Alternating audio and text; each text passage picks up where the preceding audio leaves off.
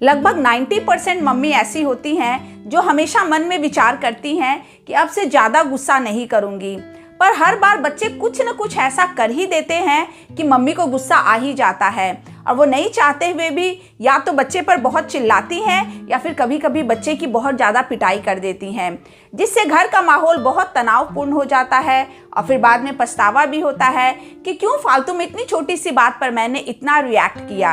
Actually हर माँ अपने बच्चे से बहुत प्यार करती है, लेकिन कभी कभी थकान, तनाव, जिम्मेदारियां या बच्चे की लगातार शरारतें मिलकर हमारे धैर्य की परीक्षा लेने लगती हैं और फिर लास्ट में हम वही बोल देते हैं जो हम बोलना नहीं चाहते हैं। नमस्कार दोस्तों, मैं नीतू सिंह स्वागत करती हूँ आपका आज के वीडियो में, जहां हम समझेंगे नंबर 1 बच्चे रोते क्यों हैं, 2 मम्मी को गुस्सा क्यों आता है, नंबर 3 ऐसे कौन से आसान तरीके हैं जिससे कोई भी माँ अपने गुस्से को कंट्रोल कर सकती है, नंबर 4 अगर बच्चा बहुत ज़्यादा नखरे करे तो क्या करे, और सबसे ज़रूरी खुश और रिलैक्स मम्मी बनने के 4 छोटे पर पावरफुल नियम। तो वीडियो को पूरा जरूर देखिएगा, क्योंकि हो सकता है कि आज का वीडियो आपकी सबसे बड़ी प्रॉब्लम को सॉल्व कर दे। एक बात हमेशा याद रखिए, बच्चा आपको परेशान करने के लिए नहीं रोता है, बच्चा इसलिए रोता है क्योंकि उसके छोटे से दिल में ऐसी भावनाएं होती है जिन्हें वो शब्दों में बता नहीं पाता। जब एक छोटा बच्चा रोता है, चिल्लाता है, या जिद करता है या गुस्सा दिखाता है, तो वो अक्सर अपने किसी जरूरत, किसी डर, किसी निराशा या किसी असहज भावना को व्यक्त कर रहा होता है। लेकिन जो थोड़े बड़े बच्चे होते हैं वो रोते हैं जब उनका एक्सपेक्टेशन पूरा नहीं होता या किसी तरह की असफलता को वो सहन नहीं कर पाते हैं। 9 से 10 साल का बच्चा जब रो रहा है, इसका मतलब ये नहीं कि वो कमजोर है। कई बार रोना इस बात का संकेत होता है कि उसके मन में ऐसी भावनाएं हैं जिन्हें वो अकेले संभाल नहीं पा रहा है। वो अपने बिहेवियर के माध्यम से अपनी बात समझाता है और हम बड़े लोग उस बिहेवियर को बदतमीजी समझ लेते हैं। अब एक छोटा सा सवाल है, क्या आपने कभी सोचा है जब आपका बच्चा कभी बीमार होता है तो वो ज्यादा चिड़चिड़ा क्यों हो जाता है? क्योंकि वो अपनी परेशानी को समझा नहीं पाता।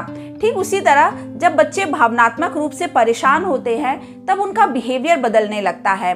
ऐसे में आपकी ऊंची आवाज उसके लिए सिर्फ आवाज नहीं होती, वो उसके मन में डर, असुरक्षा और दूरी की एक दीवार बना सकती है। हो सकता है बच्चा डर से चुप हो जाए, लेकिन क्या सच में वो आपकी बात को समझ जाता है? ऐसा जरूरी नहीं है। कई बार वो सिर्फ डर गया होता है और डर से मिला हुआ डिसिप्लिन लंबे समय तक नहीं चलता है। यहाँ एक छोटी सी कहानी आपके साथ शेयर करना चाहूंगी। एक माँ थी, उसका 7 साल का बेटा हर दिन खिलौने बिखेर देता था। माँ हर रोज समझाती थी कि बेटा खेलने के बाद अपने टॉयज को उस बॉक्स में भर के उसके जगह पर रख दो, लेकिन बच्चा बार बार वही गलती करता था। दिन में 3-4 बार खेलता, 3-4 बार टॉयज को बिखेर देता था। एक दिन उसकी माँ बहुत गुस्से में चिल्लाई, तुम कभी नहीं सुधरोगे, और उसको बहुत सारी बातें गुस्से में बोली। बच्चा चुप हो गया। माँ को लगा कि वो समझ गया, लेकिन रात को उसने अपने पापा से पूछा, पापा क्या मैं सच में बहुत खराब बच्चा हूँ? दोस्तों, कई बार हम बच्चे के बिहेवियर को सुधारना चाहते हैं, लेकिन गलती से उसके आत्मविश्वास को चोट पहुंचा देते हैं। जिस समय आपको बच्चे की जिद दिखती है, हो सकता है उसी समय उसे आपकी समझ, आपका प्यार और आपके साथ की सबसे ज्यादा जरूरत हो, क्योंकि बच्चे का दिमाग अभी विकसित हो रहा है। वो अपनी भावनाओं को कंट्रोल करना सीख रहा है, लेकिन वो अभी पूरी तरह से सीखा नहीं है। जिस काम में हम बड़े लोग भी कई बार असफल हो जाते हैं, उसी काम में हम बच्चों से उम्मीद क्यों करते हैं? अब सबसे जरूरी बात, मम्मी अपना गुस्सा कंट्रोल कैसे करें? नंबर 1, तुरंत जवाब मत दीजिए। जब गुस्सा आए तब तुरंत रिएक्शन मत दीजिए। खुद से कहिए, मैं अभी बहुत गुस्से में हूँ, मुझे बस 10 मिनट चाहिए। 5-10 मिनट का छोटा सा पॉज कई बार पूरे झगड़े को रोक देता है। टिप नंबर 2, 5 गहरी सांसों का नियम। जब भी लगे कि अब बस बहुत हो गया, तब रुक जाइए। 5 बार धीरे धीरे गहरी सांस लीजिए। सांस अंदर, सांस बाहर। ये सुनने में छोटा लगता है, लेकिन वैज्ञानिक रूप से ये हमारे दिमाग को शांत करने में बहुत मदद करता है। टिप नंबर 3, बच्चे को नहीं, उसके व्यवहार को गलत कहिए। कभी मत कहिए कि तुम बहुत बदमाश हो, बल्कि कहिए तुमने जो किया वो गलत था। यहाँ फर्क समझिए। पहले वाक्य में बच्चे पर हमला है, बच्चे को गलत बोला जा रहा है, लेकिन दूसरे में सिर्फ उसके व्यवहार को गलत बोला जा रहा है। टिप नंबर 4, हॉल्ट रूल याद रखिए। जब भी गुस्सा आए, खुद से पूछिए, क्या मैं अभी H फॉर हंग्री, भूखी हूँ, A फॉर एंग्री ऑलरेडी, क्या मैं पहले से परेशान हूँ, L फॉर लोनली, क्या मैं अकेलापन महसूस कर रही हूँ, एंड T फॉर टायर्ड, क्या मैं बहुत थकी हुई हूँ? क्योंकि कई बार समस्या बच्चा नहीं होता है बल्कि हमारी अपनी थकान ही होती है। अब बात करते हैं कि अगर बच्चा बहुत नखरे करे तब क्या करें। एक बात याद रखिए, हर नखरे का जवाब बहस नहीं होता है। कई बार शांत रहना सबसे बड़ी जीत होती है। जब बच्चा जमीन पर लेट कर रो रहा हो तब आप भी उसकी भावनात्मक तूफान में मत कूदिए, उसे पहले शांत होने दीजिए। क्योंकि जब भावनाएं बहुत तेज होती हैं तब सीखना और समझना लगभग असंभव होता है।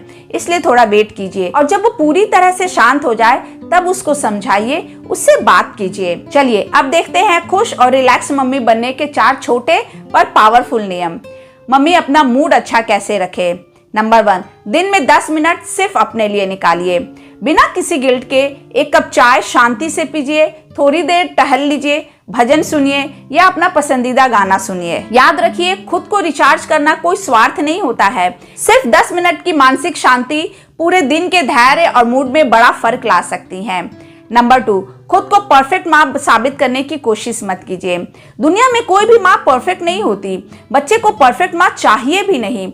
उसे ऐसी माँ चाहिए जो उसे प्यार करे, समझे, उसकी बातें सुने और हर दिन थोड़ा बेहतर बनने की कोशिश करे। याद रखिए, आपके बच्चे को आपका परफेक्शन नहीं, आपका प्यार याद रहेगा। नंबर 3, अपनी तारीफ करना सीखिए। हम अक्सर अपनी गलतियां याद रखते हैं लेकिन अपनी अच्छाइयों को भूल जाते हैं। हर रात सोने से पहले खुद से एक सवाल पूछिए, आज मैंने अपने बच्चे के लिए क्या अच्छा किया। धीरे धीरे आपको यह एहसास होगा कि आप जितना खुद को अंडर एस्टिमेट कर रही हैं उससे कहीं ज्यादा अच्छा आप रियल लाइफ में कर रही हैं। नंबर 4, मदद मांगने में शर्म मत कीजिए। हर सुपर हीरो को भी कभी ना कभी किसी न किसी की मदद की जरूरत पड़ती है। अगर आप थकी हुई हैं, मानसिक रूप से परेशान हैं या बहुत ज्यादा दबाव महसूस कर रही हैं तो परिवार या अपने किसी भरोसेमंद व्यक्ति की मदद जरूर लीजिए। क्योंकि जब माँ खुश, शांत और भावनात्मक रूप से स्वस्थ होती है तभी वो अपने बच्चे को खुश और शांत बना पाती है। और सबसे बड़ी बात, जब बच्चा रो रहा है, चिल्ला रहा है, गुस्सा कर रहा है, आपका एक पल का धैर्य, एक प्यार भरा स्पर्श और एक शांत आवाज कई बार वो कर सकती है जो 100 डांट भी नहीं कर पाती। इसलिए अगली बार जब गुस्सा आए तो बस एक पल के लिए रुक जाइए और खुद से पूछिए, क्या इस समय मेरे बच्चे को मेरे डांट की जरूरत है या समझे जाने की। अगर आपका जवाब समझ जाने की है तो यकीन मानिए आप पहले से ही एक बेहतरीन माँ हैं। सो डियर मदर्स, वीडियो अगर पसंद आया तो इसे उन सभी मम्मियों तक जरूर पहुंचाइए जो आपकी ही तरह अपने बच्चे से प्यार तो बहुत करती हैं लेकिन कभी कभी गुस्से से हार जाती हैं। अगर आपको वीडियो अच्छा लगा, यूजफुल लगा तो आप मुझे कमेंट बॉक्स में यस लिखकर बता सकते हैं और अगर अच्छा नहीं लगा तो आप मुझे नो भी लिख सकते हैं। दोस्तों, आपका लाइक करना, शेयर करना, हाइप करना मुझे बहुत मोटिवेशन देता है, जैसा कि मैं हमेशा बोलती हूँ। तो वीडियो को लाइक करना मत भूलिएगा। चैनल पर अगर नए हैं या अब तक आपने सब्सक्राइब नहीं किया है तो प्लीज इसे सब्सक्राइब कीजिए। तो मिलते हूँ नेक्स्ट वीडियो में, तब तक के लिए thank you, bye bye and keep watching.